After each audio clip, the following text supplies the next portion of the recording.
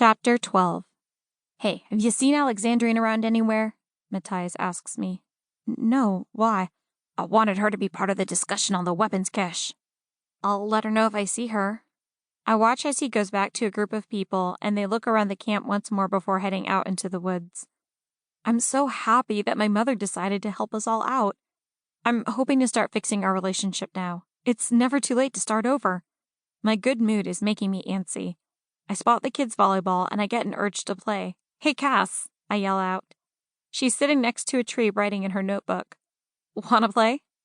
She looks up from her notebook, and when she sees me holding the volleyball, she drops the notebook and pen on the ground. She comes running over and tries to grab the ball out of my hand while giggling. Tim, get over here, Cass shouts. Tim has been sitting by the fire pit, staring at the ashes, for the better part of an hour. I think this will be good for him. He looks over his shoulder at us, and his eyes light up a bit.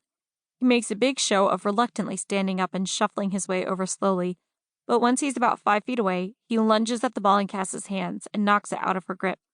Hey! Cass laughs. Tim picks it up and holds it over his head, well out of Cass's reach.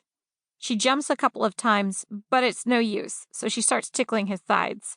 He drops the ball, laughing, telling her to stop. As they're goofing around, I see David and skip my way over to him. Hey, David, I knew you're mad at me, but Cass, Tim, and I were about to play a game with the ball. Would you like to play? I'm not mad at you, Liv, David says, exasperated. He looks over at Cass and Tim and smirks. Sure, let's play. We team up to play a game of soccer, girls against boys. David's and my reflexes are so fast, Cass insists that he and I have to play against each other. Otherwise, it isn't fair. It's a little awkward since we have to be so close to each other, but we just play the game as best we can. I've never been good at sports, but I find myself really enjoying this. The competitiveness, the skill and coordination involved, and running around getting the blood flowing. We attract the attention of the small children, and before we know it, they're all running around with us. Rebecca and Caroline stand off to the side, watching us with amused looks. Little Sonia pulls her hand out of Rebecca's grasp and runs over to play with us. Tim's smile fades a bit when he sees her. He stops what he's doing and hands the ball to her. She gives him a big smile and takes off with the ball toward the goal we made with some sticks. We all cheer for her when she throws it and scores. She turns around and hugs Tim's leg before running off to get the ball again. I watch Tim stand still for a moment. See? It's gonna be okay, Tim, I say. He nods and we go back to the game. We play until the adults come back from having their discussion. So, what did you decide? I ask Henry, a little out of breath. Pop's going to announce it at supper. You'll just have to wait like everyone else. He winks, and I punch his arm playfully. I worked up a sweat while playing, so I decide to take a quick bath in the stream before we work on supper. When the weather gets cooler, we're going to have to boil water and do sponge baths or something. But today is still mild, so I'm just going to do it the quick way.